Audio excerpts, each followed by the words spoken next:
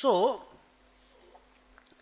आज का जो डिस्कशन है ना वो इंड एज 16 पे है और आप लोग मेरे साथ साथ स्क्रीन भी देखते रहोगे और स्क्रीन पे जो लिखा हुआ उसको पढ़ते भी रहोगे। सो इंड एज 16 का क्या नाम है? नाम है property, plant and equipment. Property basically land and building के लिए वर्ड यूज होता है और प्लांट एंड इक्विपमेंट आप जानते हो प्लांट एंड मशीनरीज वगैरह के लिए वर्ड यूज होता है। सो बेसिकली फिक्स्ड असेट्स का एक इंड एज है ये, इंड एज 16। ओके, 23 पैराग्राफ में मैं इसको कंप्लीट करूंगा, थोड़ा सा बड़ा है but still we will be discussing all the paragraphs one by one in a very lucid and easy manner. Okay, तो पहला डिस्कशन है कि property plant and equipment, short में पीपीई बोलते हैं हम लोग। किसको बोलते हैं पीपीई? तो द आंसर इज पीपीई एक टेंजिबल असेट है। टेंजिबल क्योंकि इनटेंजिबल असेट का एक अलग इंडेज है, इंडेज 38। सो पीपीई एक टेंजिबल असेट है जिसको आप अपने बिजनेस के लिए होल्ड करते हो, held for use in the business, and it is expected to be used for more than 12 months. So बहुत सिंपल आइडिया है, बिजनेस के लिए होल्ड करो, बिजनेस में यूज करने के लिए, और 12 महीना से ज्यादा इसकी एक्सपेक्टेड लाइफ हो, अपन 12 महीना से ज्यादा उसको यूज करने वाले हो, तभी आप उसको प्रॉपर्टी प्लांट एंड इक्विपमेंट बोलोगे। दोनों कैरेक्टरिस्टिक फुलफिल होना चाहिए। अब यूज का मतलब क्या है? या तो आप मैन्युफैक्चरिंग में यूज करो, या एडमिन में यूज करो, या सेलिंग के लिए यूज करो, या फिर रेंटल पे दे दो। बिजनेस होना चाहिए।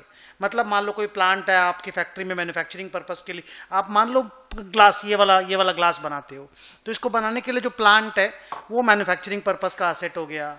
जो आपके ऑफिस में कंप्यूटर्स वगैरह है वो एडमिन वाले हो गए। जो सेलिंग के लिए डिलीवरी वैन वगैरह है वो सब सेलिंग असेट हो गया। So all these assets are called your property plant and equipment. और एक पॉइंट है वहीं पे देखो आप सेकेंड बुलेट में, कि अगर अपने कोई प्रॉपर्टी कंस्ट्रक्ट करते हैं या खरीदते हैं और उसको भाड़ा पे देने का काम करते हैं, दैट इज द बिजनेस, तो वो असेट भी हमारा प्रॉपर्टी प्लांट एंड इक्विपमेंट है। लेकिन अगर हम कोई प्रॉपर्टी खरीदते हैं और भाड़ा पे देते हैं, that is a one of case, surplus cash था मेरे पास और हम खरीद लिए प्रॉपर्टी और भाड़ा पे लगा दिए, इन दैट केस वो मेरा प्रॉपर्टी प्लांट एंड इक्विपमेंट नहीं होकर के इन्वेस्टमेंट प्रॉपर्टी बन जाएगा। और इन्वेस्टमेंट प्रॉपर्टी के लिए we have a different accounting standard जो हम लोग बाद में पढ़ेंगे, different Ind AS, that is Ind AS 40 I think, yes 40। So ये देखो थर्ड बुलेट में लिखा है, if an entity has surplus cash and invest it in buying some property and rents it out, then the property will be recognised as investment property. So property plant and equipment का characteristic यही है कि held for use in the business होना चाहिए and expected to be used for more than 12 months होना चाहिए। Okay, और वो टेंजिबल असेट होना चाहिए, तभी प्रॉपर्टी प्लांट एंड इक्विपमेंट बनेगा। सेकेंड पैराग्राफ है रिकॉग्निशन क्राइटेरिया। मतलब हम एक प्रॉपर्टी प्लांट एंड इक्विपमेंट को अपनी बुक्स में एज एन असेट कब लिखेंगे? द आंसर इज, अगर ये दोनों क्राइटेरिया फुलफिल हो जाएगा तब। क्या क्या? एक, it is probable that future economic benefit flowing from the asset will flow to us. मतलब असेट है तो उससे फ्यूचर इकोनॉमिक बेनिफिट तो फ्लो होगा ही क्योंकि वो असेट है, लेकिन उस असेट से जो इकोनॉमिक बेनिफिट फ्लो करेगा उसका मेरे पास फ्लो करने का प्रोबेबिलिटी होना चाहिए। प्रोबेबिलिटी का मतलब होता है मोर देन 50%, मतलब ज्यादा चांस मेरे पास आने का होना चाहिए नहीं आने के चांसेस से। So if the probability of receiving cash flows generated from the asset is more than 50%, the first criteria is fulfilled. And the second criteria is cost of the item can be measured reliably. अगर हम उसके cost को measure नहीं कर पाएंगे तो हम लोग बुक्स में लिख नहीं पाएंगे, क्योंकि cost का measurement important है, क्योंकि cost पे ही पहली बार लिखना पड़ता है। So recognition criteria दो ही है। One, the probability that the cash flow expected from the asset will flow to me, इस बात का प्रोबेबिलिटी मोर देन 50% होना चाहिए, एंड इसका कॉस्ट मेजरेबल होना चाहिए। नाउ नेक्स्ट वाले पैराग्राफ में चलते हैं कि हम लोग जब प्रॉपर्टी प्लांट एंड इक्विपमेंट को पहली बार अपनी बुक्स में लिखेंगे तो कैसे लिखेंगे, and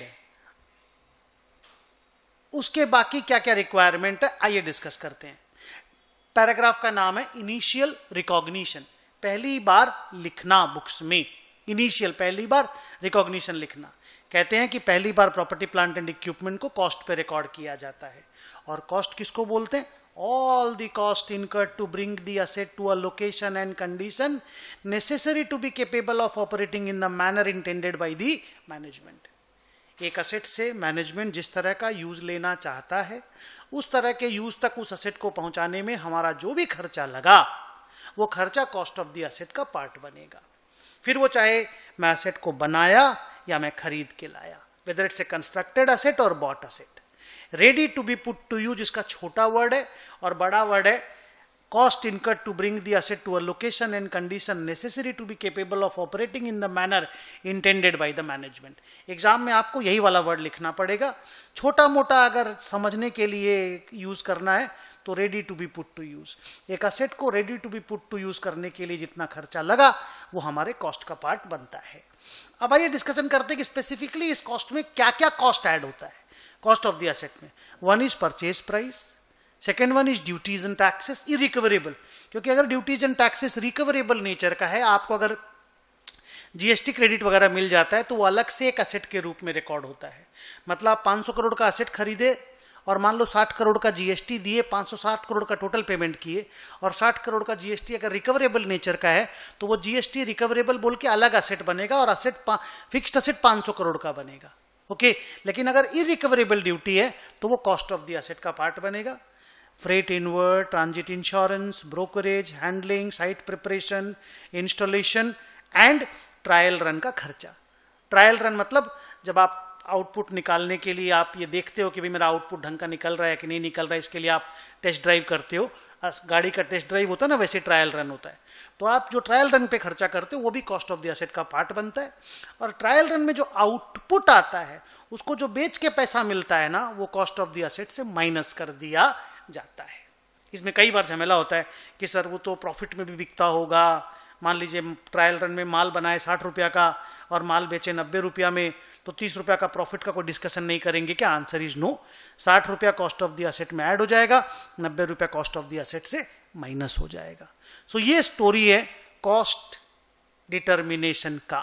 okay now comes the next and very important paragraph, replacement parts.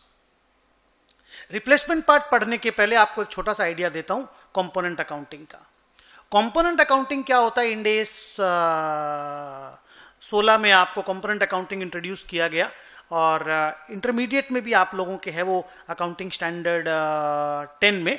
तो कंपोनेंट अकाउंटिंग का आइडिया क्या है बच्चों कि कंपोनेंट अकाउंटिंग का मतलब होता है अगर एक असेट 3-4 पार्ट्स से बना हुआ है और वो तीनों चारों पार्ट का लाइफ मतलब पैटर्न ऑफ कंजम्पशन और उसका यूजफुल लाइफ अगर अलग अलग है तो ईच ऑफ द कंपोनेंट को एक एक पार्ट बोला जाएगा और उसको सेपरेट डिप्रिसिएशन करना पड़ेगा.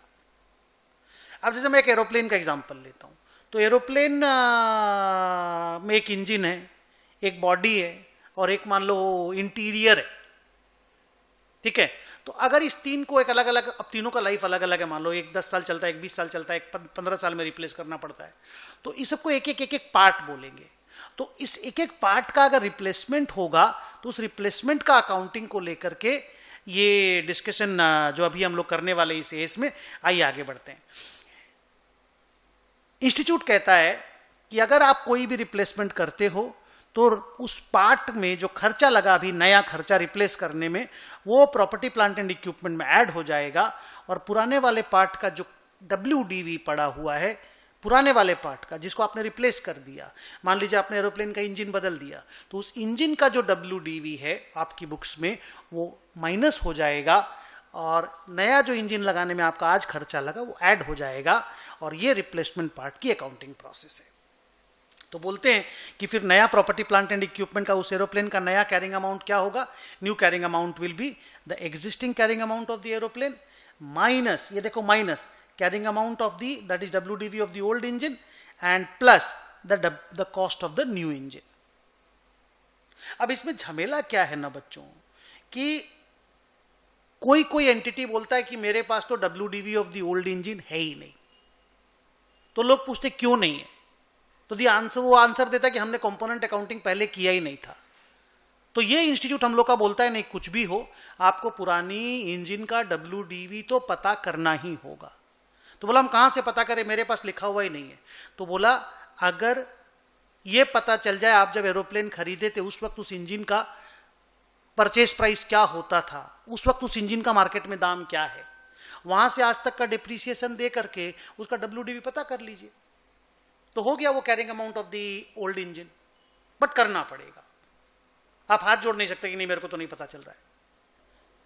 और अगर वो भी नहीं पता चल रहा है, सर उतना पुराना इंजन नहीं पता चल रहा है, उस समय क्या दाम था इंजन का नहीं पता चल रहा है, तो आज तो नया इंजन का दाम पता है, आज का दाम पता कर लो, इन्फ्लेशन से पीछे चले जाओ, माने माइनस करते करते, इन्फ्लेशन तो बढ़ा दिया होगा ना दाम को, माइनस करते करते पीछे चले जाओ।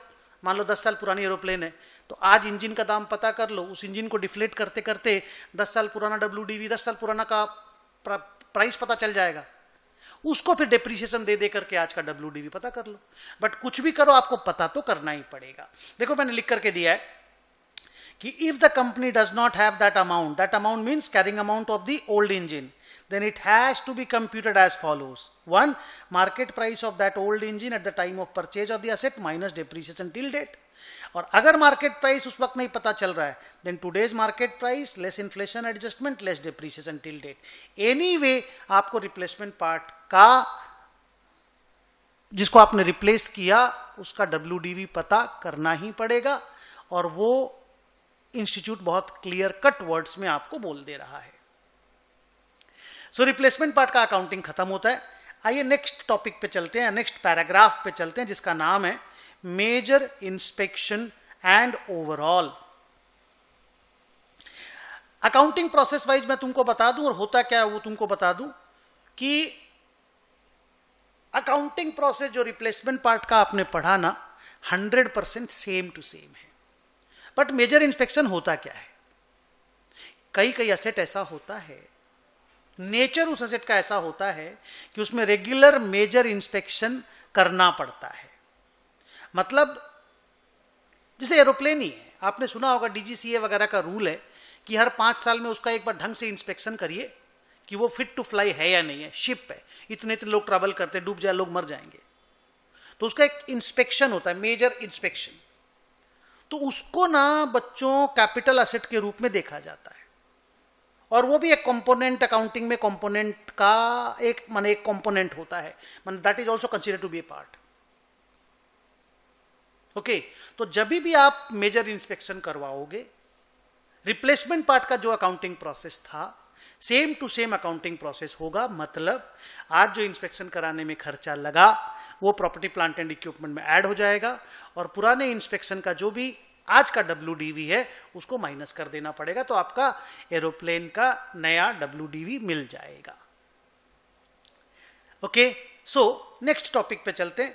टॉपिक का नाम है रिपेयर्स एंड मेंटेनेंस। नाम से ही समझ में आ रहा है, बचपन से रिपेयर्स एंड मेंटेनेंस के बारे में जानते हो। Repairs and maintenance capital asset का पार्ट नहीं है, एक्सपेंस है, प्रॉफिट एंड लॉस अकाउंट में ट्रांसफर कर दीजिएगा। कंपोनेंट अकाउंटिंग अभी अभी मैंने बताया, मैं एक बार खाली पढ़ देता हूं कि if a property plant and equipment consist of more than one components then the total cost of the asset will be allocated to various components and each of the component will be depreciated separately. अब इसमें problem क्या होती है ना बेटा, जैसे मैंने आपको एरोप्लेन का एग्जांपल लिया, मान लो एरोप्लेन के लिए मैं ए लिखता हूं और उसमें 3 पार्ट है, मान लो इंजन के लिए ई लिखा, बॉडी के लिए जो एल्युमिनियम वाला होता है उसके लिए बी लिखा, और इंटीरियर के लिए मैंने आई लिखा। अब मान लो इंजन, अब एरोप्लेन खरीदने में मान लो मेरा 500 करोड़ रुपया लगा, मान लो जेट वो फ्रांस वाली कंपनी से, क्या नाम है उसका, बोइंग से मैं खरीद के लाया, तो अब उसका इंजन का माने उस 500 करोड़ में इंजन का कितना और बॉडी का कितना और इंटीरियर का कितना, ये कैसे हमको पता चलेगा? तो द आंसर इज 99% केसेस में बोइंग जो कंपनी है ना वही बता देती है, और नहीं तो किसी एक्सपर्ट से पता करना पड़ता है। बट वो पता करना पड़ेगा because component accounting is mandatory. Okay, component बोलते किसको हैं? The answer is a component is considered to be separate if its useful life और पैटर्न ऑफ कंजम्पशन, जिसको मेथड ऑफ डिप्रिसिएशन बोलते हैं, is different from other component. या तो life अलग हो या पैटर्न ऑफ कंजम्पशन अलग हो या दोनों अलग हो, हम लोग बोलेंगे कि ये एक अलग पार्ट है। आप ऐसे करके समझो ना भाई, एरोप्लेन वाला बेस्ट एग्जांपल है। ये सब अलग अलग अलग अलग कंपोनेंट अलग अलग करके डिप्रिसिएशन देना होगा। डिप्रिसिएशन के लिए ही कंपोनेंट अकाउंटिंग को डेवलप किया गया, और लॉजिकल भी है ना। आप बोलेंगे एरोप्लेन 25 साल चलेगा, अरे ये बताओ इंजन कितना साल चलेगा, बॉडी कितना साल चलेगा और इंटीरियर कितना साल में चेंज करना पड़ेगा, तो फिर अलग अलग डेप्रिसिएशन देंगे ना, ओवरऑल असेट का देख के क्या फायदा है। ओके, सो कंपोनेंट अकाउंटिंग यहां पे खत्म होता है। Now my next topic is decommissioning liability.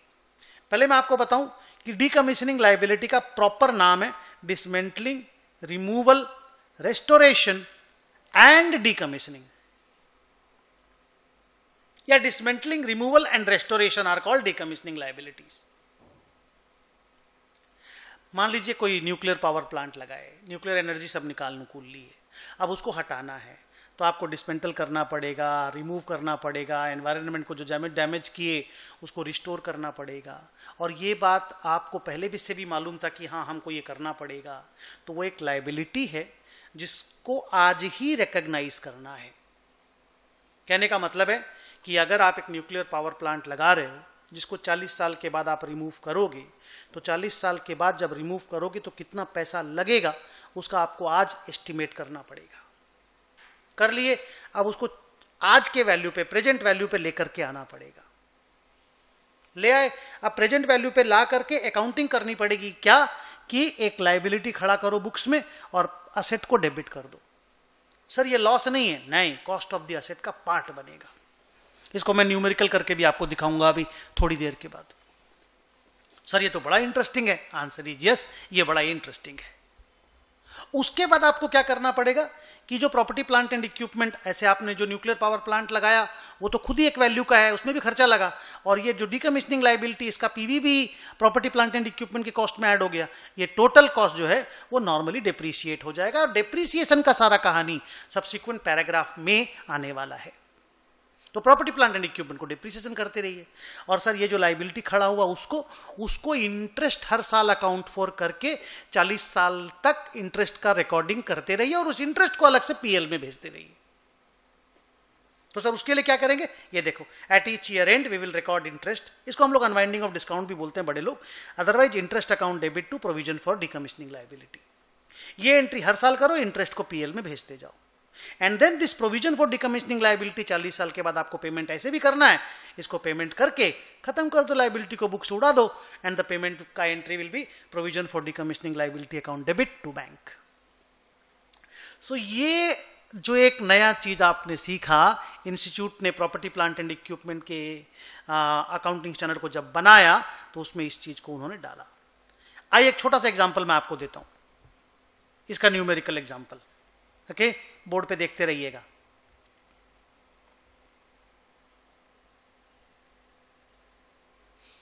कि ए लिमिटेड ने 2 लाख रुपया स्पेंड किया in cash two by A property plant and equipment जिसका यूजफुल लाइफ 3 साल का था, एसएलएम डिप्रिसिएशन और एक्सपेक्टेड डिसमेंटलिंग कॉस्ट जो है वो 70,000 लगने वाला है 3 साल के बाद।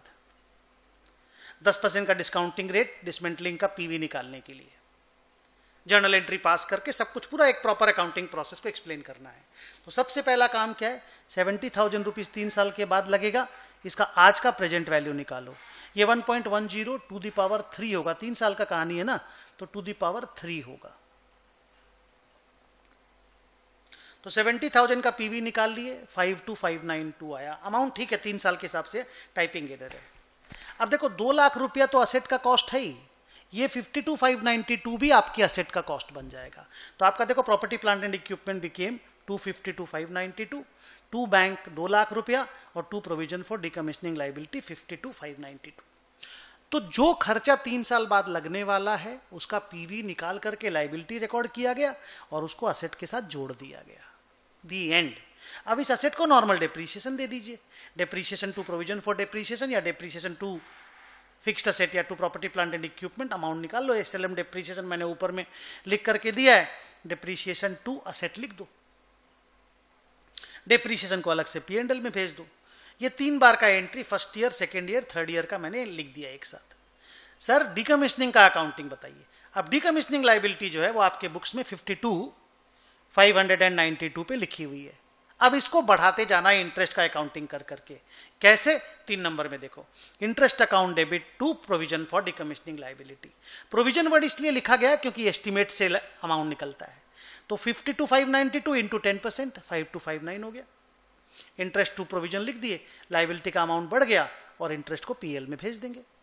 सेकेंड ईयर का जो इंटरेस्ट निकलेगा वो 52,592 प्लस 5259, जो कंपाउंडिंग अपन नहीं बोलते हैं क्या, 5259, ये जो मिला करके जो अमाउंट आएगा उस पे 10% निकलेगा।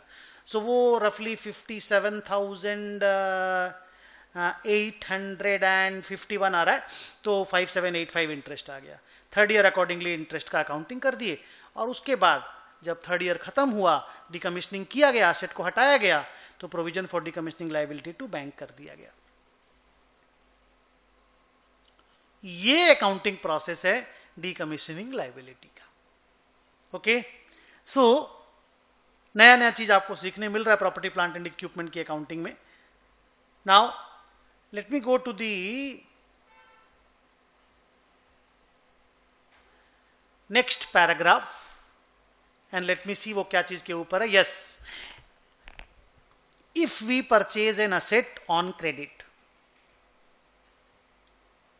And if the credit period is more than 1 year, interest का अकाउंटिंग, अरे इन्वेंट्री में भी हम लोगों ने ये डिस्कशन किया था, मैं वापस से पढ़ाता हूं कि अगर कोई प्रॉपर्टी प्लांट एंड इक्विपमेंट आप उधार में खरीद के लाते हो और क्रेडिट पीरियड 1 साल से ज्यादा का है, तो इंस्टीट्यूट का बोलना है कि इंटरेस्ट या जो फिनांस एलिमेंट है उसको अलग से इंटरेस्ट कॉस्ट के रूप में रिकॉग्नाइज करोगे और असेट को अलग से डेबिट करोगे।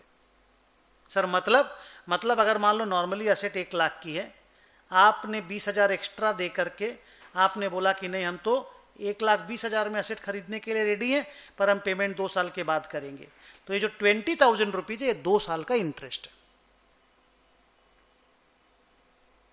तो 2 साल में इसको डिवाइड करके इंटरेस्ट को जो भी प्रेजेंट वैल्यू वगैरह है का कॉन्सेप्ट यूज करके आप इसको इंटरेस्ट को अलग से डेबिट करो।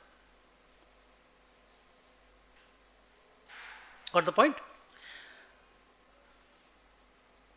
अगर 1,00,000 और 20,000 का सेग्रीगेशन नहीं दिया हुआ है, मान लो क्वेश्चन पेपर में नहीं लिखा हुआ है, तो फिर आप current market rate of interest को यूज करके 1,20,000 का प्रेजेंट वैल्यू निकालोगे, बट हमको अलग से इंटरेस्ट का डेबिट होना ही करना, मतलब डेबिट मेरे को करना ही करना है।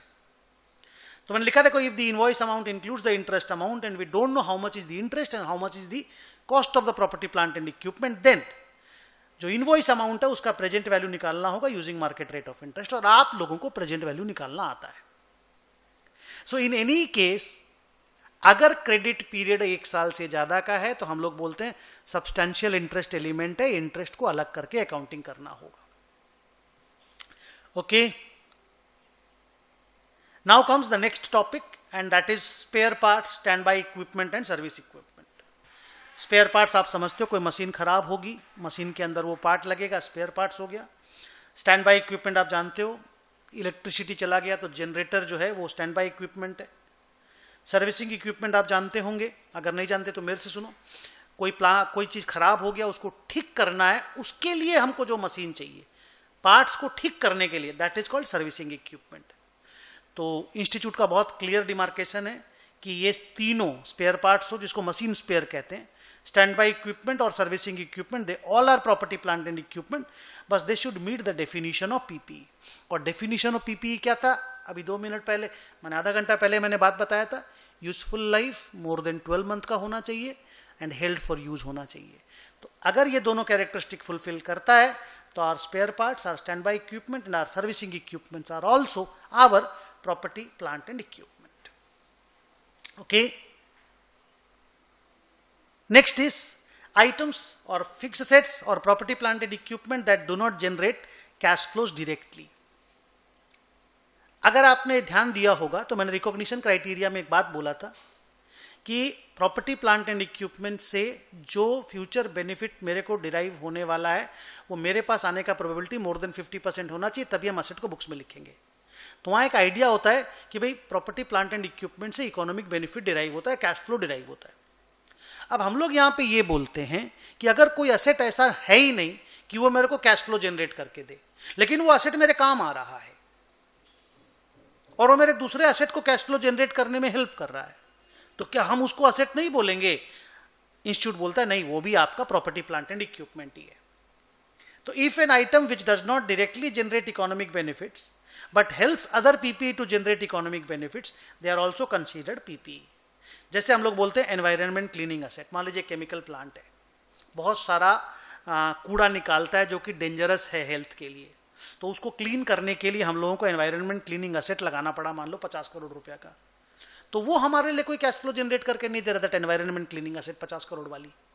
लेकिन वो अगर हम नहीं लगाएंगे तो मेरे को प्लांट बंद कर देना पड़ेगा, because environment rules of country is so tough. तो क्या करें, कुछ नहीं, उसको भी अलग से प्रॉपर्टी प्लांट एंड इक्विपमेंट में लिखो। मतलब कोई एसेट डायरेक्टली कैश जनरेट करे ये जरूरी नहीं है, दूसरी एसेट को कैश जनरेट करने में हेल्प करे, वो भी हमारा प्रॉपर्टी प्लांट एंड इक्विपमेंट। हम लोग यही मानेंगे कि yes that asset is generating economic benefits for us, so let's recognise that also. So ये 11 नंबर पैराग्राफ कंप्लीट होता है। 12th नंबर पैराग्राफ का डिस्कशन है cost of self constructed asset. मान लीजिए कोई सोफा सेट आपने ऑफिस के लिए बनाया, हेल्ड फॉर यूज है, मोर देन 12 मंथ का वर्किंग लाइफ है, क्या करना है? आंसर इस बुक्स में लिखना है। सर कॉस्ट कैसे पता करेंगे? सेम फंडा जो आपने पैराग्राफ नंबर 3 में कॉस्ट ऑफ द एसेट है ना, कौन सा फंडा बोलो तो? Cost incur to bring the asset to the location and condition necessary to, या इनकर टू ब्रिंग दिया, क्या बोलते हैं उसको, necessary to operate the asset in the manner intended by the management. वो वाला जो पैराग्राफ नंबर 3 था, वो वाला पैराग्राफ के हिसाब से ही कॉस्ट निकलेगा। तो सेल्फ कंस्ट्रक्टेड एसेट का कॉस्ट डिटर्मिनेशन और परचेज्ड एसेट का कॉस्ट डिटर्मिनेशन में there is no difference. Easy topic है। अगला टॉपिक है कॉस्ट ऑफ सेल्फ, ये हो गया। 13 नंबर टॉपिक है बियरर प्लांट। बियरर प्लांट की कहानी, 13 number topic bearer plant. Bearer plant की कहानी इंड एस में कार्व आउट की तरह हम लोग पढ़ाते हैं। कार्व आउट क्या होता है आपको पता था? कार्व आउट होता है कि अगर IFRS कुछ और कहता है और हम लोग इंडिया में कुछ और रूल बनाते हैं तो हम लोग उसको कार्व आउट बोलते हैं। But before that carve out आइए डिस्कस करते हैं कि बियरर प्लांट होता क्या है। बियरर प्लांट की 3 कैरेक्टरिस्टिक होती है। बियरर प्लांट, प्लांट है, पहली बात तो ये समझ लो। प्लांट मतलब प्लांट एंड मशीनरी वाला प्लांट नहीं, प्लांट पेड़ पौधा वाला प्लांट। और बियरर प्लांट का मतलब जिसमें फ्रूट आता है, मतलब कोई भी ऐसा चीज आता है जिसको बेच के पैसा कमाया जा सकता है। देखिए, bearer plant is used to produce agricultural produce. Bearer plant is expected to be used for more than 12 months. Bearer plant is not expected to be sold as an agricultural, माने हम उसको खुद को लकड़ी की तरह बेचने वाले नहीं है, काट के बेचने वाले नहीं है। प्लांट नहीं बिकेगा, प्लांट से पैदा होने वाला एग्रीकल्चरल प्रोड्यूस बिकेगा। Best example is orange orchard, tea garden. अब टी गार्डन में क्या होता है, गार्डन इतना बड़ा सारा, उसमें टी के प्लांट लगे हुए हैं, उसमें जो पत्ता तोड़ तोड़ करके चाय बनती है वो चाय पत्ती बेचते हैं। तो tea garden is a bearer plant. हमारे इंड AS 16 में क्या किया गया, ये स्पेशल रूल बनाया गया कि बियरर प्लांट को हम लोग प्रॉपर्टी प्लांट एंड इक्विपमेंट बोलेंगे। अब आप बोलेंगे सर है ही प्रॉपर्टी प्लांट एंड इक्विपमेंट, तो बोलेंगे क्या? IFRS में, मतलब लंदन वाला जो इंटरनेशनल अकाउंटिंग स्टैंडर्ड्स है, उसमें रूल है कि बियरर प्लांट क्योंकि जिंदा है उसको बायोलॉजिकल एसेट बोलते हैं। और इंड AS 41 या IAS, इंड AS तो नहीं बोल सकते, IAS 41 में उसका डिस्कशन होता है और उसको फेयर वैल्यू पे मेजर किया जाता है बच्चों, fair value less cost to sell. जैसे हम लोग प्रॉपर्टी प्लांट एंड इक्विपमेंट को तो कॉस्ट पे मेजर कर लेते हैं ना, बायोलॉजिकल एसेट को वैसे मेजर करना अलाउड नहीं है। तो सर हम लोग को फाइनल क्या करना है? आपके लिए property plant and equipment is आपके लिए bearer plant is a property plant and equipment and it will be recorded as normal land, building, plant, machinery are recorded. Okay, so देखो लिखा गया है bearer plant is considered as a PPE। This is a carve out as it is considered as a biological asset as per IAS 41, क्योंकि हमारे यहाँ PPE मानते हैं और इंड AS 16 के अंदर में उसकी अकाउंटिंग करेंगे। IFRS में उसको बायोलॉजिकल एसेट मानता है, IAS 41 में अकाउंटिंग कर रहा है। तो डिफरेंस हो गया, हम लोगों ने different accounting treatment bearer plant के लिए अपने यहाँ इंट्रोड्यूस किया, therefore it's a carve out. और बियरर प्लांट का कॉस्ट वगैरह, डिप्रिसिएशन वगैरह कैसे होगा? द आंसर इज जैसे हम लोग बाकी एसेट का अकाउंटिंग करेंगे वैसे ही हम लोग बियरर प्लांट का भी अकाउंटिंग करेंगे। So 13 number paragraph is over. Let me go to the next paragraph जिसका नाम है इंसिडेंटल ऑपरेशंस। सर क्या है इंसिडेंटल ऑपरेशन? इंसिडेंटल ऑपरेशन का सिंपल सा मीनिंग है कि अगर हम कुछ ऐसा काम कर रहे हैं जो असेट को प्रेजेंट लोकेशन एंड कंडीशन में पहुंचाने में रोल प्ले नहीं कर रहा है, तो उसके पीछे लगने वाला खर्चा और उससे आने वाला इनकम का अकाउंटिंग ट्रीटमेंट क्या होने वाला है, उसको हम लोग इंसिडेंटल ऑपरेशन के पैराग्राफ में पढ़ेंगे। इंस्टीट्यूट का क्लियर कट बोलना है कि ये अगर ऐसा कुछ भी आप करते हो जो इंसिडेंटल ऑपरेशन है, मतलब असेट को प्रेजेंट लोकेशन एंड कंडीशन में पहुंचाने में खर्चा नहीं हुआ है, तो उसमें लगने वाला खर्चा और उससे आने वाला कैश फ्लो दोनों ही प्रॉफिट एंड लॉस अकाउंट में जाएगा, असेट के साथ एडलेस नहीं होगा। मैं पढ़ता हूं कि sometimes an entity conducts some operations which are not necessary to construct the PPE. Income and expenses in these operation will go to profit and loss. इसका बहुत सुंदर एग्जांपल इंस्टीट्यूट ने दिया कि मान लीजिए बहुत सारी बिल्डिंग बन रही, बहुत बड़ी, बहुत सारी नहीं, बहुत बड़ी बिल्डिंग बन रही है, बनने में 10 साल लग रहे हैं, तब तक नीचे वाला फ्लोर को कार पार्किंग के रूप में यूज कर लिया गया और उसको भाड़े के रूप में दिया गया, तो उसको हम लोग असेट के साथ नहीं जोड़ेंगे, उससे होने वाला उस पे होने वाला खर्चा और इनकम को P&L में डालेंगे, असेट के साथ एडलेस नहीं करेंगे। सो देखो कितना इंटरेस्टिंग छोटा छोटा बात को इंस्टीट्यूट ने कवर किया है। Next topic is paragraph number 15 which talks about certain expenses which can not be capitalized. अब आप बोलोगे sir what can be capitalize? हम लोग जानते हैं all the cost incurred to bring the asset to the present location and condition necessary to operate the asset as intended by the management, उसको add करना है, तो बाकी सारा खर्चा को नहीं ऐड करना है, तो इसमें पढ़ाने का क्या दरकार है? करेक्ट, पढ़ाने का इसलिए दरकार पड़ा कि बहुत सारे लोग इस स्पेसिफिक खर्चा के बारे में क्वेश्चन खड़ा करते हैं, तो इंस्टीट्यूट को लगा एक पैराग्राफ बना दिया जाए कि भाई ये सब खर्चा को कैपिटलाइज नहीं करोगे, पीएल में डालोगे। सर क्या खर्चा है? One is relocation of entities operation.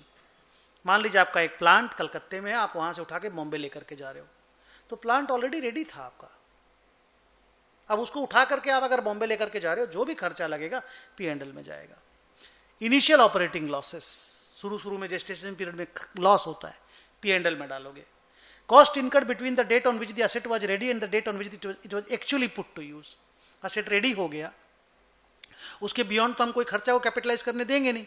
मान लीजिए एसेट रेडी हो गया जनवरी में, आपने यूज करना स्टार्ट किया मई में, तो जनवरी से मई के बीच में अगर एसेट को लेके कुछ भी खर्चा हुआ, हम कैपिटलाइज करने नहीं देंगे, they have to be transferred to profit and loss account. Okay, हाँ ये हम लोग जानते हैं कि भाई अगर कोई रिप्लेसमेंट पार्ट और इंस्पेक्शन वगैरह का खर्चा है जिसके बारे में हम डिस्कशन कर चुके हैं, उसको हम लोग कैपिटलाइज करेंगे, लेकिन जो एसेट रेडी होने के बाद का और एसेट को यूज करने के पहले का, मतलब जो जनवरी टू मई के बीच में जो खर्चा की, उसको हम कैपिटलाइज करने नहीं देंगे। However if the expense is related to replacement part और इंस्पेक्शन कॉस्ट, हमें कोई प्रॉब्लम नहीं है उसको कैपिटलाइज करने देने को लेकर के। Okay, the next topic is asset acquired in lease. Obviously it is connected to Ind AS 116 because Ind AS 116 में लीज अकाउंटिंग है। तो अगर हम लीज पे कोई एसेट लेके आते हैं, if I am a lessee, तो एक दिमाग में आता है sir if you are a lessee और आप एसेट को लेकर के आते हो, तो आपको एसेट को कैसे लिखना है, लीज पेमेंट का कैसे अकाउंटिंग होगा, ये सब तो इंड AS 116 पढ़ाएगा। आपको इंड AS 16 में डिस्कशन क्यों करना है? सिर्फ इतना सा कि हम यही बोल देंगे कि इंड AS 16 यही बोलता है कि एसेट का कॉस्ट का डिटर्मिनेशन इंड AS 116 करके देगा। ये बात इंड AS 16 में लिखा हुआ है। सर क्या बोलिए, तो कि अगर कोई भी एसेट आप लीज पे लाते हो तो initial recognition of the asset will be as per Ind AS 116, और इंड AS 116 बोलता है कि cost of the asset will be measured by finding the present value of future lease rentals. मतलब मान लो आप 3 साल के लिए कोई एसेट को लीज पे लिया है, 3 साल आप लाख रुपए करके उस सामने वाले को पेमेंट करने वाले हो, तो 3 लाख रुपए जो लाख करके 3 बार दोगे, उसका आज का पीवी निकाल लो, उस पीवी पे एक लायबिलिटी रिकॉर्ड कर लो और उसी अमाउंट का एक एसेट रिकॉर्ड कर लो। तो वो जो एसेट रिकॉर्ड होता है उसको ROU एसेट बोलते हैं, राइट ऑफ यूज एसेट।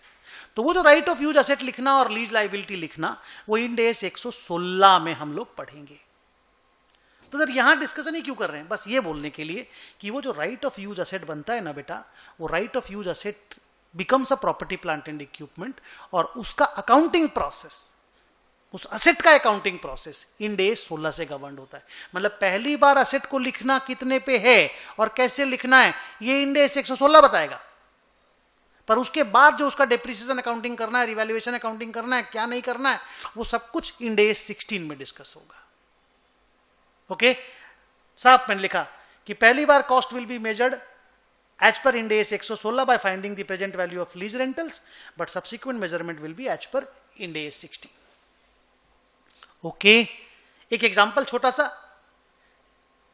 कि हमने एक प्लांट एंड मशीनरी लीज पे ली 3 साल की, एनुअल रेंट ₹1,00,000 है, डिस्काउंटिंग रेट 10% है, कॉस्ट ऑफ द एसेट पता करो, पीवी मैंने निकाल लिया, देखो पीवी आया, ये ऐड करके फाइनल पीवी आया 248,685। तो सर करना क्या है? बस 248,685 पे लीज लाइबिलिटी भी लिखनी है और राइट ऑफ यूज असेट भी लिखना है। बस हम लोग यही बोल रहे हैं, ये जो राइट ऑफ यूज असेट है this is A property plant and equipment, और इसका पूरा अकाउंटिंग प्रोसेस इंड एस 16 से ही गवर्न होने वाला है। Okay, pause.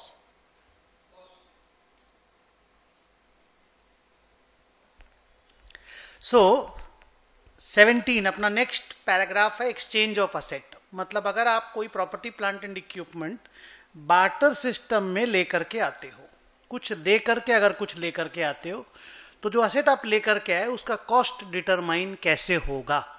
ओके, और कॉस्ट डिटर्मिनेशन का ये लास्ट पैराग्राफ है टू माय मेमोरी, जो मुझे याद आता है। सो ये पैराग्राफ कहता है, इंस्टीट्यूट इसमें ये कहता है कि भाई आप अगर बार्टर सिस्टम में कोई असेट लेकर के आए हो तो अकाउंटिंग प्रोसेस डिपेंड करेगा कि आपका जो ट्रांजैक्शन हुआ है whether it has commercial substance या इट लैक्स कॉमर्शियल सब्सटेंस। मतलब ट्रांजैक्शन के अंदर कोई कॉमर्शियल सब्सटेंस था या नहीं था, उसके हिसाब से आपके जो आपने असेट खरीदा है, प्रॉपर्टी प्लांट एंड इक्विपमेंट जो लिया है, उसका कॉस्ट डिटरमाइन होगा based on either of these two. तो आपको पहले यह समझना है कि कब पता चलेगा कि ट्रांजैक्शन में कॉमर्शियल सब्सटेंस था या ट्रांजैक्शन में कॉमर्शियल सब्सटेंस नहीं था, यह कैसे पता चलेगा? आइडिया सिंपल है। इंस्टीट्यूट का बोलना है कि रिस्क, टाइमिंग और amount of cash flow, risk, timing and amount of cash flow, अगर आपके ट्रांजैक्शन के पहले जो था और ट्रांजैक्शन के बाद अगर वो बदलने वाला है, ऑब्वियसली बदलेगा या नहीं बदलेगा वो तो बाद में पता चलेगा, but if you expect that the risk, timing and amount of the cash flows are going to change after the transaction, then you'll say that the transaction has commercial substance, otherwise the transaction lacks commercial substance. मैं इसको simple तरीके समझाता हूं। अगर एक mobile के बदले आप मोबाइल ले रहे हो तो the transaction lakhs commercial substance, क्योंकि कुछ भी बदलने वाला नहीं है। लेकिन अगर आप जमीन के बदले एक मशीन ले रहे हो तो आपका कैश फ्लो बदलने वाला है। सो आप इजी लैंग्वेज में यही है कि अगर आप डिफरेंट काइंड ऑफ असेट लेते हो डिफरेंट असेट दे करके, तो the transaction has commercial substance, otherwise it lacks commercial substance. But इसको प्रॉपरली जो लिखा गया है, इंस्टीट्यूट ने लिखा है कि risk, timing and amount of cash flow अगर बदले तो the transaction has commercial substance. Sir करना क्या है? अगर ट्रांजैक्शन में कॉमर्शियल सब्सटेंस नहीं है, इफ इट लैक्स, तो पुरानी वाली असेट का जो आपकी बुक्स में है, जो आपने दिया, उसका जो WDV था ना, वो नई वाली असेट का कैरिंग अमाउंट बन जाएगा जो आपने खरीदा। Means carrying amount to carrying amount transfer होगा, there will be no profit and loss. मतलब new mobile account debit to old mobile account हो जाएगा, दैट्स इट। और ओल्ड मोबाइल का जो WDV था मान लो 10,000, वो नया मोबाइल का कॉस्ट बन जाएगा। Got it? और अगर ट्रांजैक्शन में कॉमर्शियल सब्सटेंस है तो फेयर वैल्यू रिकॉर्डिंग होगा।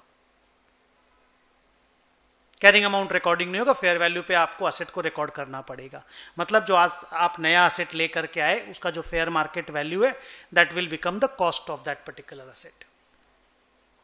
ओके, अब मान लो हमने एक क्या बोलते हैं प्लांट लिया लैंड दे करके, लैंड का WDV मान लो 10 करोड़ रुपया था, और जो प्लांट लिया उसका फेयर मार्केट वैल्यू, ये लैंड का कैरिंग अमाउंट है, कैरिंग अमाउंट बैलेंस शीट में 10 करोड़ में लिखी हुई है, और प्लांट जो मैंने खरीदा उसका फेयर वैल्यू आज के दिन 32 करोड़ है मार्केट प्राइस।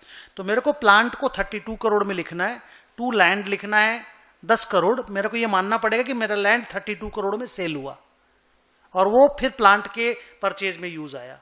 तो अगर लैंड 32 करोड़ में सेल हुआ तो profit on sale of land हुआ, तो फिर मेरे को टू प्रॉफिट भी रिकॉर्ड करना पड़ेगा। मेरा general entry will be plant account debit 32, to land 10 crore, to profit on sale of land 22 crore.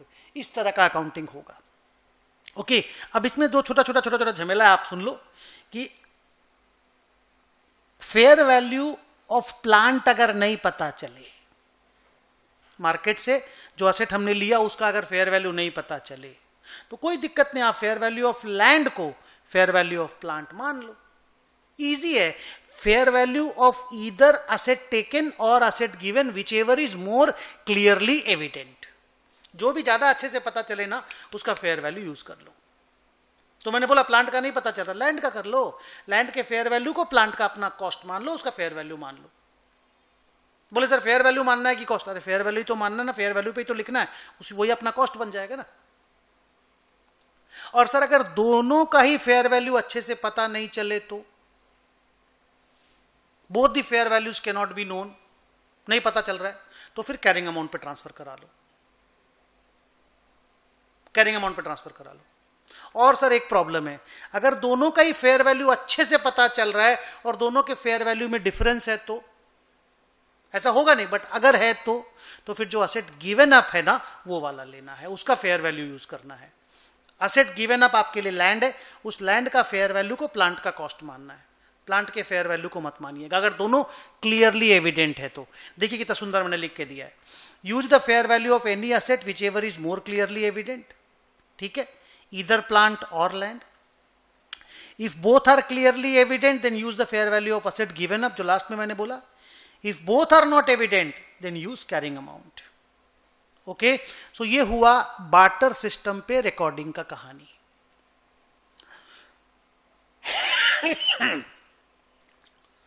अब आइए सब्सिक्वेंट मेजरमेंट, मतलब एक बार असेट आपकी बुक्स में आपने रिकॉर्ड कर लिया, कॉस्ट आपकी असेट का आपको पता चल गया, अनुपम एसी चला दो, और आपका असेट आपके बैलेंस शीट पे कॉस्ट पे लिखा हो, बुक्स में कॉस्ट पे लिखा हो। अब क्या करना है?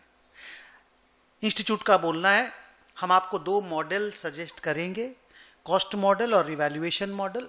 सब्सिक्वेंटली आपके पास ऑप्शन है, you can either follow cost model for subsequent measurement और you can adopt revaluation model for subsequent measurement. दोनों में से कोई भी ऑप्शन आप चूज कर सकते हो। ऐसा नहीं है कि असेट की क्वालिटी देख के आपको मॉडल सेलेक्ट करना है, नहीं, ये आपके ऊपर, आप डिसाइड करो जो मॉडल आपको अच्छा लगे आप वो मॉडल यूज कर लो। अब आप पूछोगे सर हम कुछ असेट के लिए कॉस्ट मॉडल, कुछ के लिए रिवैल्यूएशन मॉडल ले सकते? बिल्कुल ले सकते हो। सर सारी असेट को कॉस्ट मॉडल पे ले सकते? बिल्कुल ले सकते हो। सारे को रिवैल्यूएशन मॉडल में ला सकते? बिल्कुल ला सकते हो। लेकिन ये ध्यान रखना, अगर आप अलग अलग मॉडल का कहानी यूज करते हो ना, कुछ को कॉस्ट मॉडल कुछ को रिवैल्यूएशन मॉडल, तो एक ही फंडा याद रखना कि सेम क्लास ऑफ असेट पे सेम मॉडल यूज होना चाहिए। मतलब प्लांट एंड मशीनरी के लिए अगर कॉस्ट मॉडल है ना तो हर plant and machinery cost model पे रहनी चाहिए, और लैंड एंड बिल्डिंग के लिए अगर रिवैल्यूएशन मॉडल है तो each land and building should be revaluation model. Sir ये मॉडल कहता क्या है? बस अभी पढ़ाएंगे ना थोड़ी देर के बाद में। आइए, मैंने लिखा है it is an option to be selected, माने कॉस्ट मॉडल और revaluation model is an option to be selected as an accounting policy. Different models can be used for different class of asset, no problem. Factory building और office building को दो अलग अलग class of asset माना जाता है, और दो factory building at two different locations are not two different class of assets, ऐसा हमारी इंस्टीट्यूट का कहना है। So these are easy paragraph to understand. आइए अगला पॉइंट डिस्कस करते हैं, विच इज कि सब्सिक्वेंट मेजरमेंट अगर कोई एंटिटी कॉस्ट मॉडल पे मेजर करती है या करना चाहती है तो उसको क्या करना है, उसको सिंपल ये करना है कि एसेट को कॉस्ट पे लिखे, हर साल डेप्रीसिएशन अकाउंट फॉर करे और असेट से डेप्रीसिएशन को माइनस करे कॉस्ट से। और अगर कोई इंपेयरमेंट का अकाउंटिंग होता है, अभी आप पूछोगे इंपेयरमेंट क्या होता है, will be learning it in on a different day, अपने सिलेबस में अपन पढ़ेंगे। तो if we follow cost model, our asset will be carried at cost less depreciation less impairment. Accumulated word क्यों यूज किया गया, क्योंकि यहां पे मैं कॉस्ट लिखा हूं। तो मान लो 10 साल पहले हमने 100 करोड़ में असेट को खरीदा था, आज तक कोई इंपेयरमेंट हुआ नहीं, 10 साल में डेप्रीसिएशन टोटल हर साल 2-2 करोड़ करके 20 करोड़ हुआ, तो 100 crore minus 20 crore 80 crore will be the WDV ना बेटा। तो इसीलिए एक्यूमुलेटेड वर्ड यूज हुआ, you know what is accumulated का मतलब। और सर अगर रिवैल्यूएशन मॉडल पे जाना है तो, और एक बात बोलना था कि कॉस्ट मॉडल ना आप लोग शुरू से जानते हो कॉस्ट मॉडल कैसा होता है। सो कॉस्ट मॉडल को लेकर के कोई झमेला नहीं है, that is how cost model works, cost less depreciation less impairment. Okay, now come the 20 number paragraph which is about revaluation model. आइए सुनते हैं रिवैल्यूएशन मॉडल की क्या कहानी है। कि अगर रिवैल्यूएशन मॉडल में ऑप्ट करूं तो मेरे को असेट को रिवैल्यू करना है और असेट विल बी मेजर्ड, या असेट मेरी बैलेंस शीट में रहेगी revalued amount less subsequent depreciation subsequent impairment. मतलब सर रिवैल्यूड असेट के ऊपर भी बाद में आप डेप्रीसिएशन का अकाउंटिंग करोगे और इंपेयरमेंट का अकाउंटिंग करोगे? Answer is yes. रिवैल्यू होने के बाद उस असेट का फिर से डेप्रीसिएशन स्टार्ट होता है। मतलब it goes like this, cost depreciation depreciation depreciation revaluation, फिर डेप्रीसिएशन डेप्रीसिएशन डेप्रीसिएशन रिवैल्यूएशन, फिर depreciation depreciation depreciation revaluation, it goes like this. इसलिए लिखा गया कि प्रॉपर्टी प्लांट एंड इक्विपमेंट को जब हम लोग बैलेंस शीट में लिखेंगे, it will be at revalued amount less subsequent depreciation less subsequent impairment. Anupam थोड़ा एसी चला दो, ठीक है। सर रिवैल्यूड अमाउंट कैसे पता करेंगे? Revalued amount is the fair value of that particular asset, और फेयर वैल्यू एक अलग से इंड एस आप पढ़ोगे, इंड एस 113 उसके हिसाब से निकलेगा, विच इज मोर और less the market price of the asset. Sir frequency of revaluation कितनी होनी चाहिए, कितना साल में एक बार रिवैल्यू करें? हर साल। इंस्टीट्यूट कहता है अगर वोलाटाइल असेट है तो हर साल, अगर लेस वोलाटाइल असेट है तो 3 से 5 साल में एक बार। सर 3 साल लें कि 4 साल लें कि 5 साल लें, आपके ऊपर है, मैनेजमेंट का डिसीजन है, इंस्टीट्यूट फोर्स नहीं करता। सर अगर रिवैल्यूएशन प्रॉफिट आया तो उसको अदर कॉम्प्रिहेंसिव इनकम में लेकर के चले जाओ। अदर कॉम्प्रिहेंसिव इनकम का डिस्कशन आप जानते हो ये क्या है। और जब ओसीआई आपको पढ़ाया गया था 2 P&L, first P&L is normal P&L, second P&L is OCI, उसमें आपको बताया था कि रिवैल्यूएशन प्रॉफिट ओसीआई में जाता है। तो अगर असेट को रिवैल्यू किए और ऊपर में रिवैल्यू हुआ, the profit will go to other comprehensive income. Okay sir, revaluation का अकाउंटिंग प्रोसेस क्या है? प्रॉफिट का मान लीजिए मेरे को अकाउंटिंग प्रोसेस पता करना है, तो एग्जैक्ट अकाउंटिंग प्रोसेस मैं यहां डायग्राम करके दिखाता हूं कि मान लो आपका 100 का ओरिजिनल कॉस्ट का असेट था, 40 का आज तक का एक्यूमुलेटेड डेप्रीसिएशन है, 60 का WDV है। आपने इस 60 को 90 में रिवैल्यू किया, मान लो 90 इज द मार्केट प्राइस, आपने 90 में रिवैल्यू किया। तो 2 तरीके से रिवैल्यूएशन का अकाउंटिंग करना अलाउड है। तरीका 1, आप इसको और इसको प्रोपोर्शनेटली बढ़ा दो। जैसे ये 50% बढ़ा दो, तो इसको भी 50% बढ़ा के 150 कर दो, इसको भी 50% बढ़ा के 60 कर दो। ओरिजिनल कॉस्ट और accumulated depreciation both will increase proportionately to make the WDV revalued amount. Sir दूसरा ऑप्शन क्या है?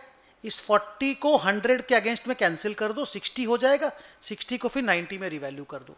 मतलब एक एंट्री मारो, provision for depreciation account debit to asset 40, अब खत्म प्रोविजन फॉर डेप्रीसिएशन, असेट 60 हो गया। अब आप लिख दो asset account debit to revaluation reserve, that is other comprehensive income में उसका नाम है रिवैल्यूएशन सरप्लस। तो asset account debit to revaluation reserve 30 लिख दो। और सर पहला वाला का फिर जर्नल क्या होगा? पहला वाला का जर्नल होगा asset account debit 50 to accumulated depreciation 20 to revaluation reserve 30। Okay, तो सी नंबर पॉइंट को देखो मेरे साथ। There are 2 techniques of doing it. Both original cost and accumulated depreciation are proportionately changed. Technique 1. Technique 2, eliminate the accumulated depreciation against the original cost and then revaluation is recorded. Okay. Now comes D number paragraph. Sir revaluation loss हुआ तो loss को profit and loss account में डाल दो. So revaluation profit goes to OCI but revaluation loss goes to P&L. Okay sir, subsequent revaluation का accounting क्या है? Subsequent revaluation अगर आपने किया तो सब्सीक्वेंट रिवैल्यूएशन का प्रॉफिट लॉस का accounting will depend upon the fact कि आपका अर्लियर रिवैल्यूएशन का अकाउंटिंग कैसे हुआ था. ओके सुनिए, अगर आप अभी किसी एसेट को अपवर्ड रिवैल्यू कर रहे हो जो पिछली बार डाउनवर्ड रिवैल्यू हुआ था, तो पिछली बार जो डाउनवर्ड रिवैल्यू हुआ था उतना लॉस जितना आपने पीएल में डाला था उतना अभी रिवैल्यूएशन प्रॉफिट को पीएल में भेज दो और बाकी जो प्रॉफिट आया उसको other comprehensive income that is revaluation reserve में डाल दो. ओ सर, मतलब पहले जो किए उसका ऑपोजिट करना है. Exactly yes. लेकिन मान लो पहले रिवैल्यूएशन लॉस 10 लाख का था, आपने पीएल में डाला, 2 साल पहले रिवैल्यू हुआ था. अभी मान लो रिवैल्यूएशन प्रॉफिट 12 लाख का हुआ, तो 10 लाख रुपया तक को पीएल क्रेडिट करेंगे, 2 लाख रुपया जो एक्स्ट्रा आएगा वो ओसीआई यानी रिवैल्यूएशन रिजर्व में चला जाएगा. ओके सिमिलरली उल्टा भी होता है. अगर आप किसी एसेट को अभी डाउनवर्ड रिवैल्यू कर रहे हो, लॉस पैदा हो रहा है, जो कि पहले अर्लियर रिवैल्यू ऊपर में हुआ था तब आरआर में डाले थे, तो जितना रुपया का आरआर आपके पास उस एसेट के रिगार्ड का पड़ा हुआ है उतना का लॉस आप आरआर से एडजस्ट कर लो, बाकी के लॉस को P&L में डाल दो. So exactly the opposite treatment.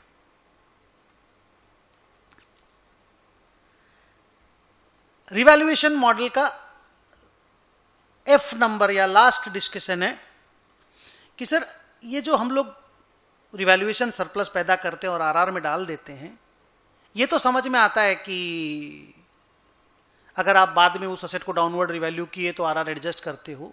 ऐसे कोई आरआर का रिवैल्यूएशन रिजर्व कोई सब्सिक्वेंट ट्रीटमेंट और कुछ है क्या? Answer is yes. ध्यान से सुनना. अगर एंटिटी चाहे तो रिवैल्यूएशन रिजर्व से थोड़ा थोड़ा अमाउंट हर साल रिटेन्ड अर्निंग में ट्रांसफर कर सकती है कंपनी. ऑप्शन है हर साल. सर कैसे? रिवैल्यूएशन की वजह से असेट का दाम जब बढ़ जाता है, WDV जब बढ़ जाता है, तो डिप्रीशिएशन भी आप रिवैल्यूड अमाउंट पे डालते हो, तो डिप्रीशिएशन का अमाउंट भी बढ़ जाता है. तो इंस्टीट्यूट अलाउ करता है कि रिवैल्यूएशन रिजर्व में वो जो एक्स्ट्रा डिप्रीशिएशन का अमाउंट है उतना रुपया वहां से निकाल के हर साल रिटेन्ड अर्निंग में डाल सकते हो. अगर एग्जाम्पल में बोलूं ना, तो मान लो हमारी 100 की असेट थी, मैंने 150 में रिवैल्यू किया, 50 का मेरा रिवैल्यूएशन प्रॉफिट आया, आरआर में डाल दिए. पहले हम 10 का डिप्रीशिएशन देते थे, अब हम 15 का डिप्रीशिएशन देंगे. तो क्या कर सकते हो आप? अगर चाहो तो ऑप्शन है, आप इस 50 में से 5 निकाल करके रिटेन्ड अर्निंग में हर साल डाल सकते हो. मतलब एक एंट्री मार सकते हो, revaluation surplus account debit, revaluation reserve account debit to retained earning account. ये आप कर सकते हो, आपके पास ऑप्शन है. और नहीं तो आप कुछ मत करो, पड़ा रहने दो रिवैल्यूएशन रिजर्व को 50 में ही. बाद में जब डाउनवर्ड रिवैल्यू होगा तब देखेंगे, या जब सेल होगा तब देखेंगे. ओके तो आपके पास ऑप्शन है. ओके देखो मैं पढ़ता हूं. At the option of the entity can transfer the amount equal to excess depreciation 5 from revaluation surplus to retained earning. PL में नहीं ले जा सकते. फिर मैंने लिखा the above treatment can be ignored also, क्योंकि ये ऑप्शन है. अब आपके मन में आता होगा कि सर अगर हम असेट बेच दिए तब रिवैल्यूएशन रिजर्व का क्या होता है? Answer is simple. पूरे रिवैल्यूएशन रिजर्व को उठा करके रिटेन्ड अर्निंग में भेज दिया जाता है. Entire revaluation surplus is transfer to retained earning. Please P&L में ट्रांसफर करना पॉसिबल नहीं है. देखो साफ लिखा है, revaluation reserve can not be reclassified to P&L even on sale of asset. Okay so ये हुआ, कोई एंटिटी अगर रिवैल्यूएशन मॉडल पे एंटिटी असेट को अगर रखना चाहती है तो ए से लेकर के एफ तक छोटे छोटे पैराग्राफ आपके साथ मैंने डिस्कस किए. Okay now comes 21st number paragraph, that is depreciation accounting. बहुत सिंपल है, मेरे पढ़ने से ही काम हो जाएगा. आइए डिस्कस करते हैं. What is depreciation? बचपन से सुना हुआ है. Depreciation is the systematic allocation of depreciable amount over the useful life of the asset. धीरे धीरे एक असेट से पैसा निकाल करके P&L में डालूंगा, क्योंकि मैं असेट को यूज कर रहा हूं.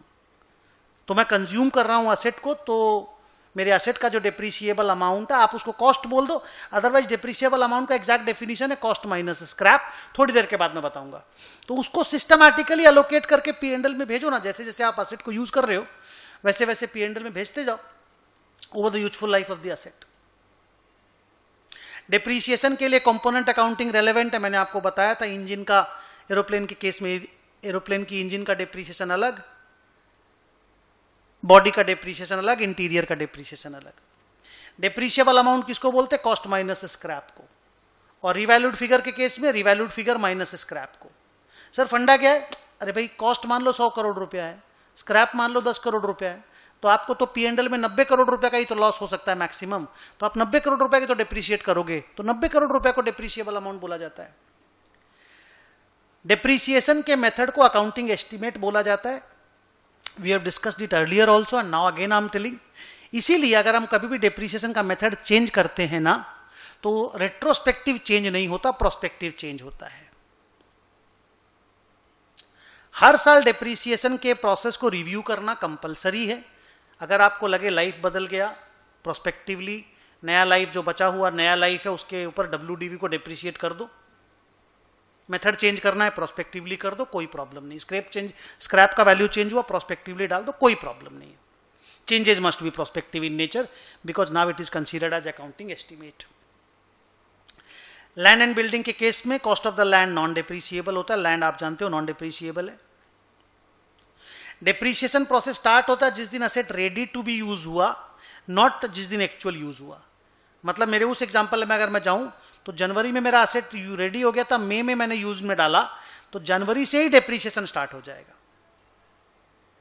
यूजफुल लाइफ ईयर्स में भी एस्टिमेट किया जा सकता है, यूनिट के बेसिस पे भी एस्टिमेट किया जा सकता है। यूनिट के बेसिस पे एस्टिमेट किया जाने वाला यूजफुल लाइफ ज्यादा लॉजिकल माना जाता है कि भाई एक असेट मेरे को 5 लाख यूनिट बना करके देगा, इस साल मैंने 50,000 यूनिट बना लिया तो 10% डिप्रीशिएट कर दूंगा मैं। बाकी इंस्टीट्यूट ने कोई प्रॉब्लम क्रिएट नहीं किया, उन्होंने बोला यूजफुल लाइफ आप ईयर्स में निकालो तो ठीक, क्वांटिटी में निकालो तो ठीक। जिस दिन आप असेट को बेच दोगे डिप्रीशिएशन का प्रोसेस स्टॉप करना है, या फिर जिस दिन WDV का असेट स्क्रैप के बराबर हो जाएगा आपको डिप्रीशिएशन का प्रोसेस स्टॉप कर देना है, या फिर जिस दिन आप डिसाइड कर लिए कि मैं इस असेट को यूज नहीं करूंगा, it will be held for sale, उस दिन से आप डिप्रीशिएशन के प्रोसेस को स्टॉप कर दोगे। हर साल depreciation profit and loss account में जाएगा, लेकिन अगर कोई असेट आप किसी दूसरी असेट को कंस्ट्रक्ट करने के लिए यूज में ले रहे हो, तो फिर जो असेट यूज में आ रही है उसका डिप्रीशिएशन उस वाली असेट जो नया बना रहे हो उसके कॉस्ट में ऐड हो जाएगा, because it is the expense which is incurred to bring the asset to the location and condition necessary to operate in the manner intended by the management। कितनी बार ये पैराग्राफ बोल दिया कि सिर्फ तुम्हारे दिमाग में रहे इसलिए। तो अगर मान लो मैं कोई ट्रक यूज कर रहा हूं बिल्डिंग बनाने के लिए, तो उस ट्रक का उस साल का डिप्रीशिएशन बिल्डिंग के कॉस्ट में ऐड हो जाएगा। डिप्रीशिएशन प्रोराटा देना है, टाइम वाइज देना है। मतलब अगर आप कोई असेट 6 महीना पहले परचेज किया तो 6 महीना का डिप्रीशिएशन देना है, साल भर का नहीं देना है। 3 महीना पहले यूज किया तो 3 महीना का डिप्रीशिएशन देना है, that's it.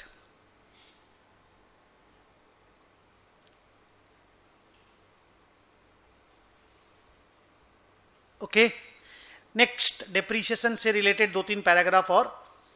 L number point बोलता है कि सर अगर WDV का मेथड है और रेट ऑफ डिप्रीशिएशन नहीं दिया हुआ है क्वेश्चन में, तो कैसे निकालेंगे? फॉर्मूला है 1 - S/C to the power 1/n। S यहां स्क्रैप है, C यहां पे कॉस्ट है, N यहां पे वर्किंग लाइफ है, और ये 1 है प्लीज, ये I नहीं है। देखो एग्जांपल भी दिया है कि कॉस्ट अगर 100 है, स्क्रैप 7 है, लाइफ 4 साल है, रेट ऑफ डिप्रीशिएशन पता करना तो 1 - 7/100 to the power 1/4, ये साइंटिफिक कैलकुलेटर वगैरह पे निकल जाएगा, आपको निकालना आता होगा, 48.56% निकल गया। अब आया बात सर कि डिप्रीशिएशन कितना होना चाहिए? आंसर इज जितना आपने असेट को डिप्रीशिएट किया उतना होना चाहिए, जितना आपने असेट कंज्यूम किया उतना होना चाहिए। कहने का मतलब है जिस तरीके से असेट का कंजम्पशन होता है, आपका डिप्रीशिएशन का अमाउंट उसको फेथफुली रिप्रेजेंट करना चाहिए। इसीलिए तो मैं बोलता हूं यूनिट ऑफ प्रोडक्शन का जो कहानी है ना, वो ज्यादा अच्छा से डिप्रीशिएशन का अमाउंट निकाल करके देता है। और इसका सिंपल सा एग्जांपल देखो ना, मान लो मैंने 2 गाड़ी खरीदी, एक गाड़ी 1 लाख किलोमीटर चली उस साल में, दूसरी गाड़ी 20 किलोमीटर चली है, तो क्या दोनों गाड़ी का एक ही दिन में मैंने गाड़ी खरीदा, first date of the year, क्या दोनों गाड़ी का डिप्रीशिएशन का अमाउंट एक होना चाहिए? नो, जो गाड़ी ज्यादा यूज हुआ उसका डिप्रीशिएशन ज्यादा होना चाहिए। इसीलिए मैंने बोला कि डिप्रीशिएशन का amount should faithfully represent the consumption pattern of the asset. And last, depreciation sales basis के बेसिस पे अलाउड नहीं है, सेल्स के बेसिस पे आप प्रोडक्शन के बेसिस पे डेप्रीसिएशन करो, हमको कोई प्रॉब्लम नहीं है। सो डेप्रीसिएशन को लेकर के देखिए कितने सारे छोटे छोटे पॉइंट थे, they come to an end here. Last 2 topic बचा। 22 number point is disposal of an asset. अगर किसी भी असेट को बेच देते हैं तो जो भी उस असेट का कैरिंग अमाउंट है और जितना में हम उसको बेचा उसका difference profit and loss account में चला जाएगा। तो अगर WDV असेट का जो बेच रहे हैं, WDV जो बैलेंस शीट में वो 40 करोड़ है, हमने अगर उसको 30 करोड़ में बेचा तो 10 करोड़ रुपया का लॉस प्रॉफिट एंड लॉस में चला जाएगा। Okay, and the last big topic 23rd, decommissioning liability. अगर सर मैं एस्टिमेट किया और कुछ अगर चेंज हुआ उसमें तो क्या करना है। डीकमीशनिंग लाइबिलिटी वही न्यूक्लियर पावर प्लांट वाला एग्जांपल। मान लो 8-10 साल तक हम लोगों ने डीकमीशनिंग लाइबिलिटी की अकाउंटिंग कर ली, अब मेरे को लगता है ये अमाउंट चेंज हो रहा है। तो अगर लाइबिलिटी चेंज होता है तो उसका अकाउंटिंग कैसे करेंगे। तो पहले तो आप अपना बैलेंस शीट का लाइबिलिटी का अमाउंट देख लो कितना है। सर 40 करोड़। अब आप उसको कितना बनाना चाहते हो। आंसर इज 50 करोड़, क्योंकि नया एस्टिमेट के हिसाब से उसका आज का वैल्यू 50 करोड़ आ रहा है। तो अगर आप कॉस्ट मॉडल यूज कर रहे हो, असेट अगर कॉस्ट मॉडल पे मेजर्ड है, कॉस्ट मॉडल रिवैल्यूएशन मॉडल अभी बताए, अगर आपकी असेट कॉस्ट मॉडल पे वैल्यूड हो रही है, मेजर्ड हो रही है, तो आपको असेट का कैरिंग अमाउंट बढ़ा देना है। मतलब एक एंट्री मार देना, asset account debit to liability account, वही डीकमीशनिंग लाइबिलिटी अकाउंट का प्रोविजन। अगर लाइबिलिटी गिराना है तो असेट के अमाउंट को गिरा दो। ओके सर, असेट का अमाउंट को गिराना है पर 10, मान लो लाइबिलिटी पहले 60 करोड़ था, अब 51 करोड़ हो रहा है। 9 करोड़ रुपए से असेट के अमाउंट को गिराना है, लेकिन असेट का कैरिंग अमाउंट ही 7 करोड़ रुपए बचा हुआ है। तो क्या करें, 7 करोड़ रुपए से असेट को गिरा दो, बाकी 2 करोड़ रुपए पीएल में डाल दो। But remember, change in the liability amount will be adjusted with the asset account. Okay और अगर आपका असेट रिवैल्यूएशन मॉडल पे मेजर हो रहा है तो ये जो 10 करोड़ का प्रॉफिट, 10 करोड़ का लाइबिलिटी बढ़ा तो लॉस हुआ, सॉरी, और 9 करोड़ का लाइबिलिटी गिरा तो प्रॉफिट हुआ, उसको रिवैल्यूएशन रिजर्व के अगेंस्ट में एडजस्ट कर लो। बढ़ाना हो तो रिवैल्यूएशन रिजर्व को बढ़ा दो, गिराना हो तो रिवैल्यूएशन रिजर्व को गिरा दो। Okay, so with this we come to an end of property, plant and equipment. Thank you.